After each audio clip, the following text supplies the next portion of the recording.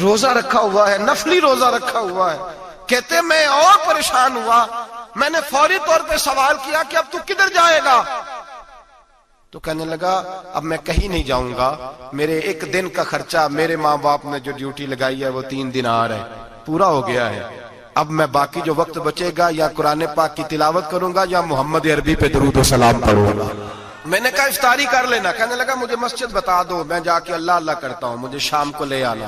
افطاری ہمارے ساتھ اس کی طے ہو گئی، مسجد چلا گیا. مغرب بعد لینے گیا تو کہنے لگا عشاء کے بعد آنا. اب تو میں نے پانی سے افطار کر لیا، کھانا کھانے جاؤں گا تو جماعت رہ جائے گی. کہتے ہیں عشاء کے بعد میں لایا، اس کو کھانا کھلایا. رات گہری ہو گئی تو میں نے کہا تو سو نہیں جاتا؟ کہنے لگا کوئی عرض نہیں، کبھی دور مزدوری کرنے نکل جاؤں تو رہ بھی جاتا ہوں، گھر والوں کو پتا ہے. کہتے میں نے مسافر خانہ کھولا، یوں سمجھیے ڈرائنگ روم بیٹھک میں نے کھولی، اس کو سلا دیا. میں اور میری بیوی اپنی معذور بیٹی کو روٹی دینے گئے اور ہم نے جا کے اس کو کھانا کھلایا جو ٹانگوں سے معذور تھی، اور ساتھ کہا کہ بیٹی آج بڑا پرہیزگار جوان ہمارا مہمان ہے. آج چڑھتی جوانی اور تقوی کی روشنی اس کے چہرے سے چمکتی ہے. کیا بات ہے، بڑے ہی اچھے گھرانے کا تربیت یافتہ ہے. کہتے ہیں بچی کو کھانا کھلا کے لوٹے، اپنے کمرے میں سو گئے، بیٹی اپنے کمرے میں لیٹ گئی. ترس گئے تھے کہ بیٹی قدموں پہ چلے. تہجد کا وقت ہوا تو دروازے پہ دستک ہوئی. بڑی بے چینی کے ساتھ اٹھے میاں بیوی، کون ہے؟ بیٹی کی آواز آئی ابا جی دروازہ جلدی کھولیں. کہتے ہیں کلیجے پھٹنے لگے، ذہن بکھرنے لگے. سوچے ہیں کہ وہ 2-1 منٹ ہمارے اوپر پہاڑ بننے لگے. دروازہ کھولا تو وہ بیٹی جس کے لیے ترس گئے تھے کبھی چلے گی، وہ اپنی ٹانگوں پہ کھڑی ہے. کبھی دوڑ کے ادھر جاتی، کبھی دوڑ کے ادھر آتی. بیٹیاں پریشانی کا فون کر دیں تو پھر بھی آنسو نکل آتے ہیں، اور بیٹی گھر میں خوشی آ جائے تو پھر بھی ماں باپ رو کے ہی شکر ادا کرتے ہیں. ان کے لیے روتے ہی رہتے ہیں. کہتے ہیں میں تڑپ گیا. بیوی بھی رونے لگی، بیٹے یہ کیا ہوا؟ ہم تو مایوس ہونے لگے تھے معاذ اللہ کہ اب تو ٹھیک نہیں ہوگی، کیا ہوا؟ کہنے لگے ابا جی اماں جی آپ نے بتایا نا نیک جوان آیا ہے، نیک آیا ہے. تو میں آپ چلے گئے تو میرے دل میں خیال آیا اے اللہ اگر وہ واقعی نیک ہے تو اس کے صدقے مجھے شفائی عطا فرما دے. یا ایھا الذین آمنوا اتقوا اللہ وابتغوا الیہ الوسیلہ، اے اللہ صحت ہی دے دے. کہتے ابھی میری دعا بھی پوری نہیں ہوئی کہ میرا وجود حرکت کرنے لگا، اور یہ دیکھو میں اٹھ کے کھڑا ہو گئی ہوں. کہتے ہیں ہم لوگوں نے یہ دیکھا تو بھاگے اس کے کمرے کی جانب. جب دروازے پہ ہاتھ رکھا تو دروازہ کھل گیا. آگے گئے تو پلنگ خالی تھا، ایک رکا چھوڑ گیا ہے. کہنے لگا مجھے پتا ہے میری حقیقت کھل گئی ہے، میں تو اللہ کا بندہ ہوں. اگر تمہیں مجھ سے ذرا بھی پیار ہو گیا ہے تو پھر میرے پیچھے نہ بھاگنا، اللہ کی بارگاہ میں جھک جانا، پھر گناہوں سے توبہ کر لینا. کہا وہ تربیت یافتہ جوان آیا ہے اور مجھے بدل گیا ہے. میرے بھائی ماں باپ کی ذمہ داری اولاد کو نکھارنا ہے، ان کو سنوارنا ہے. روزی روٹی کی ذمہ تو اللہ تبارک و تعالیٰ نے لیا ہوا ہے. جو ڈیوٹی اللہ کی تھی وہ معاذ اللہ ہم نے اپنے ذمہ لے لی ہے. اولاد کو رزق حلال کی تربیت کریں، انہیں حکم دیں کہ وہ ہاتھ نہ پھیلائیں، انہیں کہیں کہ وہ محنت کر کے کھائیں، لیکن اصل تو ان کا اخلاق سنوارنا ہے.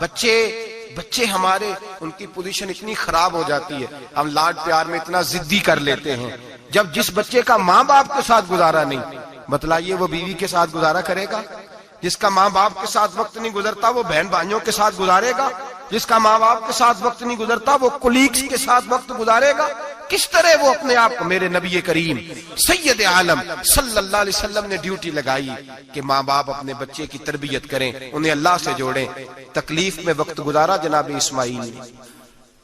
ایک روایت ایسی بھی ملتی ہے کہ 13 سال حضرت ابراہیم پلٹ کے گئے نہیں بیٹے کا پتہ لینے، لیکن جب بھی بیٹے نے ماں سے باپ کے بارے میں پوچھا کہ میرے والد کیوں نہیں آتے تو ماں نے ایک ہی لفظ کہا، بیٹے جناب ابراہیم اللہ کے نبی ہے اور اللہ کے حکم سے ہمیں چھوڑ گئے ہیں. ایسی تربیت، ایسی ٹریننگ بچے کے ذہن کو بدل ڈالا، اسے اللہ والا بنا لیا. اور ہمارے مفسرین نے بحث کی ہے کہ جناب اسماعیل جو اللہ کی راہ میں قربان ہونے کو تیار ہو گئے، ان کے سینے میں جو رب کریم کا اتنا پیار موجزن ہوا کہ وہ گردن کٹانے پہ تیار ہو گئے. تو فرماتے ہیں یہ تربیت جناب ہاجرہ کی تھی، یہ ٹریننگ حضرت وہ فیضان نظر تھا، یہاں کے مکتب کی کرامت تھی. سکھائے کس نے اسماعیل کو آداب فرزندی؟ میرے بھائی یہ جناب ہاجرہ نے تربیت دی. ایک بہت بڑے محدث ہیں، اتنے بڑے محدث ہیں کہ میرے نبی کریم کی مسجد نبوی میں وہ حدیث کے استاد رہے. حضرت ربیعہ بن عبد الرحمن نبی پاک کی مسجد نبوی میں حدیث کے استاد ہوئے. اور حضرت حسن بصری جو جناب علی کے شاگرد ہیں وہ بھی حضرت ربیہ کے شاگرد ہوئے. حضرت امام مالک جو 70 سال تک مدینہ اور مکہ میں حدیث پڑھاتے رہے وہ بھی حضرت ربیہ کے شاگرد ہیں. ان کے والد کا نام تھا عبد الرحمن فروغ. تاریخ بغداد میں لکھا ہے کہ بنو امیہ کے دور میں تابعین کے زمانے میں جناب عبد الرحمن بن فروغ گھر سے چلے گئے. ایک روایت ہے بچہ چھوٹا تھا, ایک روایت ہے بچہ ابھی ماں کے پیٹ میں تھا, جہاد کرنے چلے گئے. اس دور میں یہ جہاد ہوتا تھا کہ ایک علاقہ فتح کیا تو مسلمان اگلے علاقے میں چلے گئے, اگلا فتح کیا تو اگلے علاقے, ایک کے بعد دوسرے لوگ پلٹ کے نہیں آتے تھے. حضرت عبد الرحمن گئے 30,000 دینار بیوی کو دے گئے, کہنے لگے سنبھال کے رکھنا, اور جہاد کرنے نکلے تو 27 سال تک گھر ہی نہیں آئے, اور 27 سال کے بعد آئے تو حضرت ربیہ محدث بن چکے ہیں, مسجد نبوی میں حدیث کے استاد ہیں, بیٹا بہت بڑا شیخ بن گیا. واپس آئے, ہاتھ میں نیزہ ہے, کالی داڑھی تھی ساری سفید ہو گئی, وجود بڑا تگڑا تھا, کمزوری آ گئی. آئے, نیزہ پکڑا ہوا ہے, گھوڑے پہ بیٹھے ہیں, مدینہ منورہ میں گھر ہے, دروازے پہ دستک دی. حضرت ربیہ نے دروازہ کھولا, اندر داخل ہونے لگے تو کہنے لگے بابا تو کدھر گھستا آ رہا ہے؟ کدھر؟ اس نے کہا تو پیچھے ہٹ, تو میرے مکان پہ کب سے قبضہ کر کے بیٹھا ہے. بات تیز ہونے لگی, آواز تھوڑی بزرگوں کی بلند ہونے لگی تو اندر سے زوجہ نے سن لیا, اور دروازے کی اوٹ سے دیکھنے لگی تو پہچان گئی. کہنے لگی ربیہ پیچھے ہٹ جا, یہ کوئی غیر نہیں ہے, تیرے والد گرامی ہے, یہ تیرے والد ہیں. اندر آئے, باپ بیٹا ملے, عصر کی نماز کا وقت ہو گیا, بڑا روئے. 27 سال کے بعد باپ لوٹا, 27 سال کے بعد بڑے روئے. نماز کا وقت ہوا تو حضرت ربیہ جلدی سے وضو کیا, مسجد نبوی شریف چلے گئے. جناب عبد الرحمن فروغ نے بھی کھانا وانا کھانا تھا, کھانا کھانے بیٹھے تو حکم دیکھے شوہر کیا کرتا ہے. یہ نہیں پوچھا کہ 27 سال حال کیا رہا, پوچھنے لگے میں تجھے 30,000 دینار دے گیا تھا, وہ کدھر ہے؟ تو زوجہ کہنے لگی کھانا کھا لو, عصر کی نماز پڑھ کے آؤ, پھر بتاتی ہوں پیسے کہاں ہیں. آپ کی رقم بڑی اچھی جگہ پہ محفوظ ہے. کہتے ہیں میں نماز پڑھنے مسجد گیا, عصر کی نماز کے بعد میرے نبی پاک کے منبر پر ایک نوجوان بیٹھا ہے.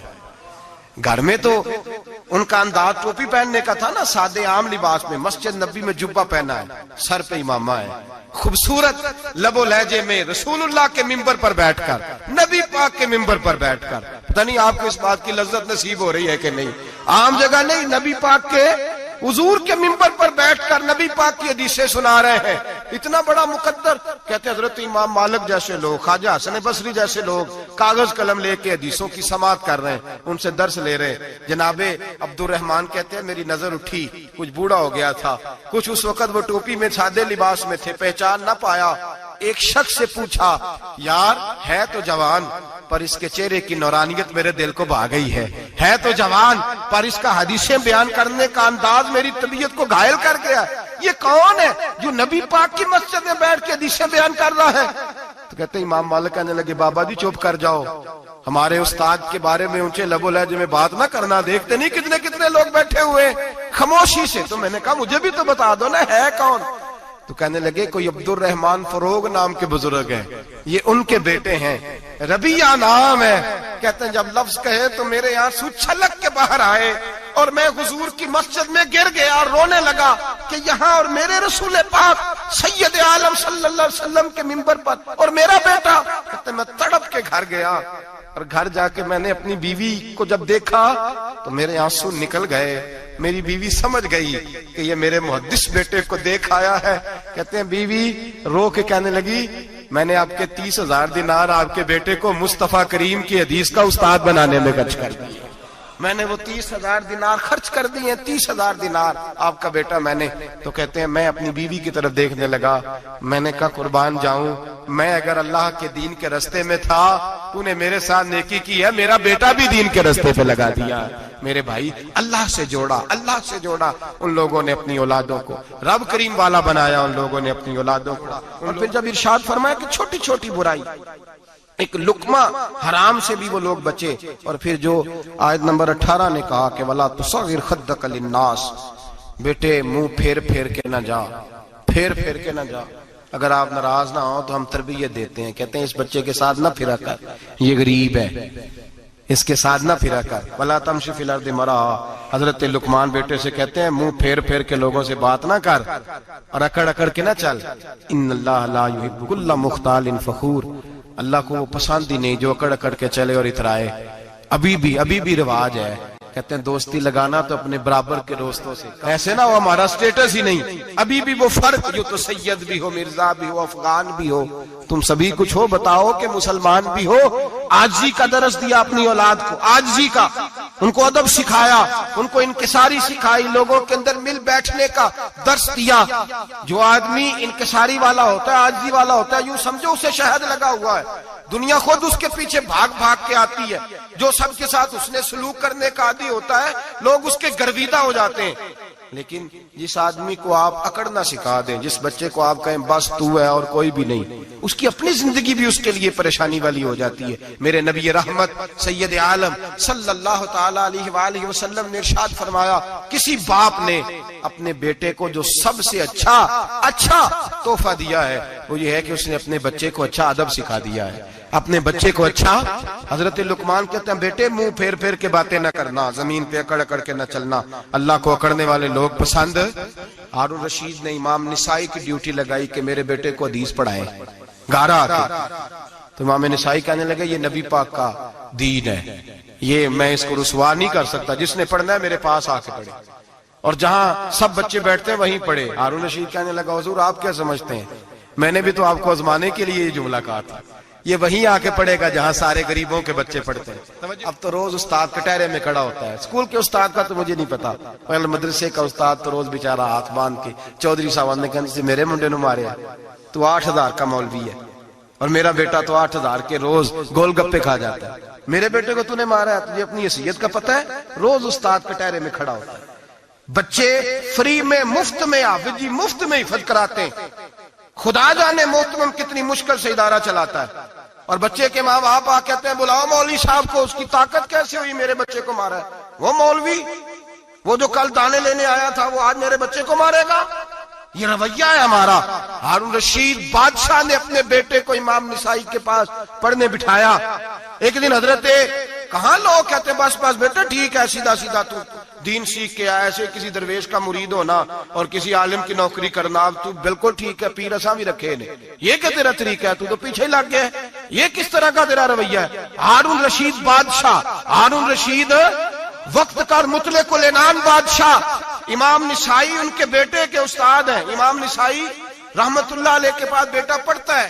ہارون رشید گزر رہا تھا تو بیٹا وضو کرا رہا ہے، شہزادہ وضو کرا رہا ہے استاد جی کو، اور پیر دھلا رہا ہے۔ ہارون رشید گھوڑے سے گزرا تو اس نے دیکھا خانقاہ کے باہر، مدرسے کے باہر استاد جی وضو کر رہے ہیں اور بیٹا وضو کرا رہا ہے، سراہی پکڑی ہے، لوٹا پکڑا ہے، استاد جی پیر دھو رہے ہیں۔ ہارون رشید غصے سے اترا، ساتھ بہت سارے سپاہی تھے، انہوں نے کہا کہ یہ مولوی کو مارے گا، مولوی کو مارے گا کہ تو کس طرح میرے بیٹے سے یہ کام کاج کرا رہا ہے؟ کہتے نیچے اترے اور ہارون رشید نے جا کے نا زور سے ایک تھپڑ اپنے بیٹے کے چہرے پہ مارا۔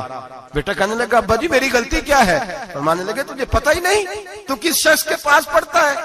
تو پانی ڈال رہا ہے، تیرے استاد کو اپنے ہاتھوں سے اپنے پیر دھونے پڑ رہے ہیں، بیوقوف، ایک ہاتھ سے پانی ڈال اور دوسرے ہاتھ سے استاد کے پیر دھو، تجھے پتہ ہی نہیں کہ یہ شخص جب نبی پاک کی حدیثیں بیان کرتا ہے تو کئیوں کو مصطفیٰ کا دیدار نصیب ہو جاتا ہے۔ یہ پتہ نہیں تو کس محدث کا شاگرد ہے، ایک ہاتھ سے پیر پہ پانی ڈال دوسرے ہاتھ سے دھو، اس لیے کہ باندھ علموں جو کرے فقیری وہ کافر مرے دیوانہ ہو۔ اگر تو نے دنیا میں کامیاب ہونا ہے تو اس سے فیض علم حاصل کر، بیٹے یاد رکھ، اگر تو اس کی بارگاہ میں حاضری دے گا تو آگے بڑھے گا۔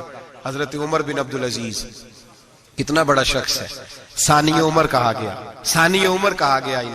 حضرت عمر بن عبدالعزیز رحمت اللہ علیہ، حضرت صالح بن کسان ایک محدث تھے مدینے کے، ان کے شاگرد تھے۔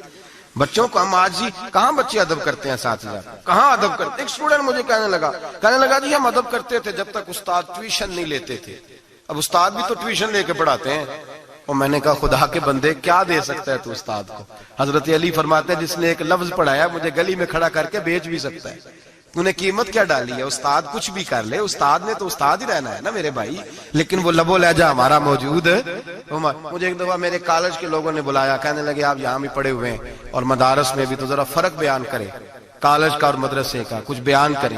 میرے ٹیچرز بھی تھے بہت سارے، تو میں نے کہا معذرت کے ساتھ یہاں تو بڑا مشکل ہو جائے گا بات کرنا، لیکن ایک جملہ میں نے مدرسے اور کالج میں ایک فرق محسوس کیا ہے، ہمارا مدرسے کا طالب علم آج بھی ہمارے جوتے اٹھا کے آگے رکھتا ہے، وہ آج بھی استاد کی موٹر سائیکل کو ٹاکی مارتا ہے، آج بھی صاف کرتا ہے۔ ہمارا مدرسے کا طالب علم آج بھی استاد کو پشت نہیں کرتا، لیکن کالج کا طالب علم پوچھتا ہے اسلامی اتلا آیا ہے، انگریزی والا آیا ہے؟ میں نے کہا اس کے تو لب و لہجے میں ادب نہیں ہے۔ اس لیے میں نے دونوں جگہ وقت گزارا تو میں سمجھا ہوں بڑے حالات خراب ہیں مدرسوں میں بھی۔ اب وہ کیفیت نہیں رہی جو بزرگوں کی تھی، لیکن پھر بھی اگر ادب ہے تو مدارس میں ابھی بھی ہے، ابھی بھی خانقاہوں میں ادب ہے، یہاں ابھی بھی خیر کی توقع موجود۔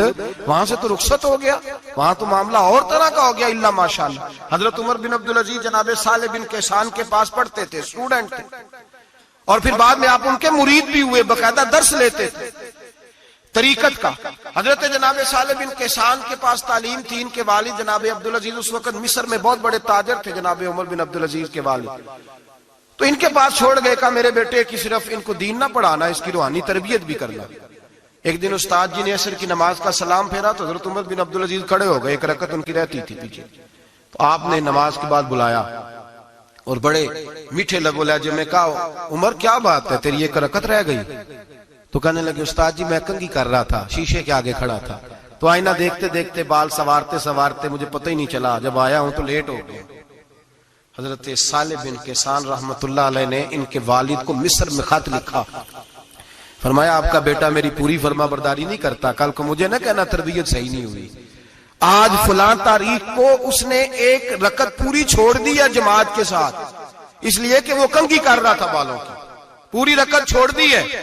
ابا جی بہت بڑے تاجر تھے، پر انہوں نے یہ نہیں کہا کہ مولوی تو پاگل ہو گیا، اس کو تو پتہ ہی نہیں کیا ہو گیا، ابھی بچہ ہو جائے گا سیانا، کوئی بات نہیں ٹھیک ہو جائے گا۔ حضرت عبدالعزیز نے وہاں سے ایک شخص بھیجا، پیسے دے کے گھوڑا دے کے، فرمایا مدینے جاؤ، اور سیدھا مدینے آیا۔ حضرت عمر بن عبدالعزیز کو گھر سے اچکا، بلایا نہیں، زبردستی پکڑا، اچک کے گھوڑے پہ بٹھایا، حجام کی دکان پہ لے گئے، فرمایا اس کی ٹینڈ کر دو، نے بال کاٹ دیے اور بال کٹوا کے سیدھے حضرت صالح بن کیسان کے پاس لے گئے، کہنے لگے حضور یہ خاتا ہے اس کے والد کا، میں نے اس کی ٹینڈ کرا دی ہے، جس بالوں کی وجہ سے اس کی جماعت رہ گئی تھی میں نے وہ بال ہی ختم کر دیے۔ تو اس کے والد کہتے ہیں آپ ذرا ذرا سے بھی بات، ایک ذرہ برابر بھی بچے کے اندر ہم کوتاہی برداشت، ہم اسے سنوارنا چاہتے ہیں، معاشرے کو دینا چاہتے ہیں، ہم ایک خوبصورت انسان بنانا چاہتے ہیں۔ تو حضرت لقمان کہنے لگے بیٹے تو چہرہ رخسار بدل بدل کے لوگوں سے بات نہ کر، اکڑ کے نہ چل، اس لیے کہ اللہ کو اکڑنے والے پسند۔ تو کیا کر وقصد فی مشی کا وغضض من صوتک، درمیانی چال چل، آواز کو پست رکھ۔ ہم اپنے بچوں کو میانہ روی کا درس نہیں دیتے۔ اگر کسی کے پاس بہت زیادہ پیسے ہیں تو وہ بس کہتا ہے میرا بیٹا، میں نے سارے لاڑ دیکھے ہیں، میں نے ہر خواہش پوری کی ہے، یہ تو کوئی عقل مندی کی بات نہیں۔ ضرور خواہشات پوری کریں، اگر ہیں تو کنجوسی کرنے سے منع کیا ہے نبی پاک صلی اللہ علیہ وسلم، لیکن بچے کو معتدل رکھیں، اسے دھوپ اور چھاؤں دونوں کا پتہ ہونا چاہیے۔ اگر زمانے میں کبھی کڑی دھوپ آ جائے تو اسے اندازہ ہو کہ میں نے یہاں کیسے کھڑے ہونا ہے، اس کو درمیانہ اور میانہ روی کا اسے درس دیں، اسے پتہ ہو، وہ نرم دل بھی ہو اور برائی کے مقابلے میں ڈٹ جانے کی طاقت بھی رکھتا ہو۔ بچے کو درمیانہ رستہ، میرے نبی کریم علیہ الصلوۃ والسلام نے فرمایا ما علم نقتصد، جو درمیانی چال چلتا ہے وہ کبھی تنگ نہیں ہوتا، اور خیر الامور اوسطها، سب سے بہترین رستہ وہ ہے جو درمیانہ ہوتا ہے، جس میں افراط و تفریط نہیں ہوتی۔ بچوں کو درمیانہ پن سکھائیں، ان کے لب و لہجے کے اندر ایسا مزاج پیدا کریں کہ جس کے اندر وہ اپنی دنیا کے اندر بڑے سنور کر، بڑے نکھر کر وہ ترازو لے کے نکلیں تو وہ پورے عدل کے ساتھ اپنی زندگی گزاریں۔ اور فرمایا وغضض من صوتک، آواز کو پست رکھ، چلا چلا کے نہ کبھی بچوں سے بات کریں اور نہ کبھی بچوں کی بات سنیں۔ بچوں کے لب و لہجے میں ٹھہراؤ ہونا چاہیے، ان کی آواز کا بھی ادب ہے، ان کی آواز، ان کو بولنے کا بھی ڈھب سکھائیں، ان کو بتلائیں کہ تم نے گفتگو کیسے کرنی ہے۔ اس لیے کہ ارشاد فرمایا ان انکر الاصوات لصوت الحمیر، بے شک سب سے بری آواز گدھے کی آواز ہے۔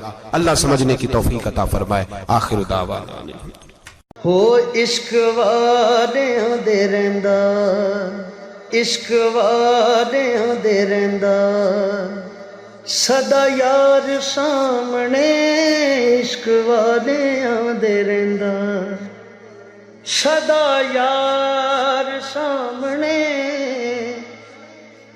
عشق والیاں دے رہندا، سدا یار سامنے سجدے